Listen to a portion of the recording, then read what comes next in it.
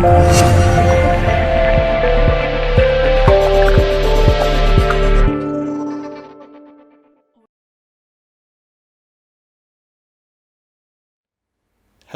and welcome to Camera Review.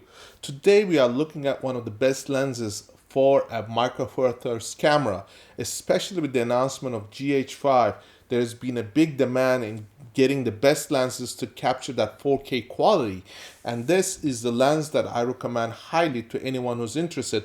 But first of all, before I show you side-by-side photos of this lens and the footage, I want to basically first mention to you about the quality that this lens has. First of all, this is one of the collaborations they have had with Leica. The lens I'm talking about is Panasonic Leica DG 25mm f1.4. This lens is a collaboration between Panasonic and Leica to bring you the best quality in the optics. First of all, this lens is designed to deliver highest performance, and it is for that reason it has 9 elements in 7 groups. That is a very complex lens if you're considering that this is a 50mm equivalent in terms of 35mm format, and it is for this reason that this lens is designed to deliver performance. Now there are 2 versions of this lens.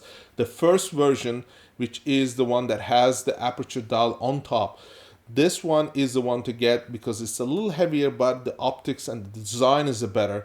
And the other one that is more current is the 25mm also, but it does not have this aperture dial. And that means that was designed to cut costs and to have the bottom line more profit for the companies. And that lens does not have the same quality of optics that is found in this one. Of course, the coatings are there to remove ghosting and flare and also chromatic aberration. This lens delivers that. Now, if you look at the brochures, you'll see that the Panasonic nano coating is applied to lenses. That means that the lens technology and the application of technology is mostly from Panasonic. But the optical design, of course, is somewhat in collaboration with Leica. Now, as far as the lens structure is concerned, you'll see that this, although it has a lot of elements, is not very heavy. It's between 200 to 300 grams. The one that is new is about 200 grams. So there is a difference in terms of weight.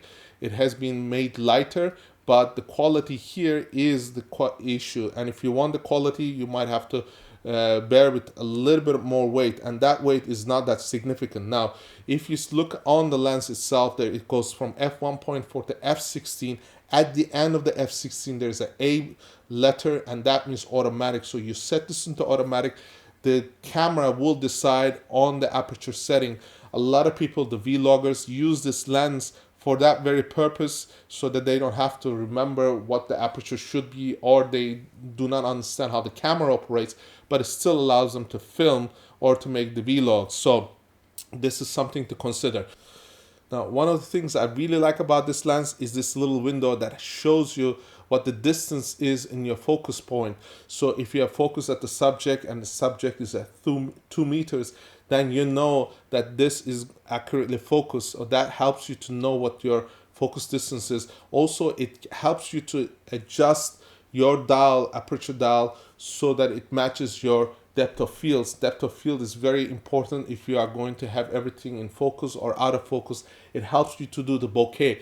So it is that important part. But one of the things that you might have to want to know about this lens is the fact that this lens is not a mechanical lens, it's an electronic lens. That means that if you turn the aperture dial in any direction, you are going to hear the clicks, but it will not change the aperture settings in the camera, in the lens, unless this lens is attached to the camera. So the aperture dial will not operate. Also, the focus dial will not operate if you turn this, because it is designed to have electronic contact with the camera to capture it. So for that reason, I think it's one of the shortcomings of this lens. Now, traditionally, like this one here, the 24mm Similux, which costs $7,200 compared to $600-700, which is this lens. This has all mechanical dials. This is about twice the weight. This weighs about 500 grams. Now, there is that big difference, and the quality optics is different, of course, and that is a true Leica product. Now, this one is also considered a Panasonic Leica product, yet I think more importantly, it is the way this lens is designed. It's designed for a GH5 or a Micro Four Thirds, and the optics are designed to perform in that fashion.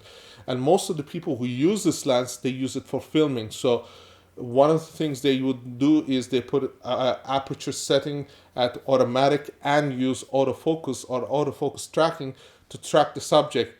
Now, one of the things that professionals would do is they might use a follow focus to track the subject manually or see what they are getting, or get the framing in the way they would wish to be.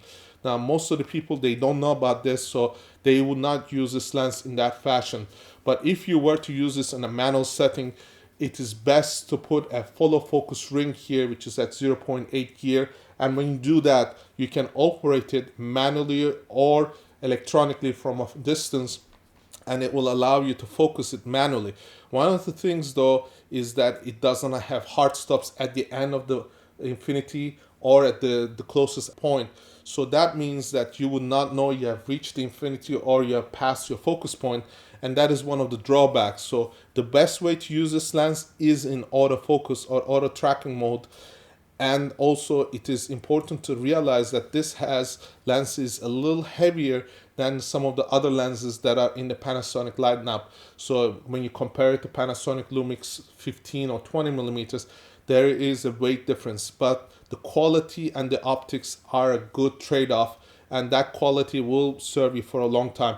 Also, one of the things is this lens is built more robustly than all the other cheaper lenses that are from the Panasonic.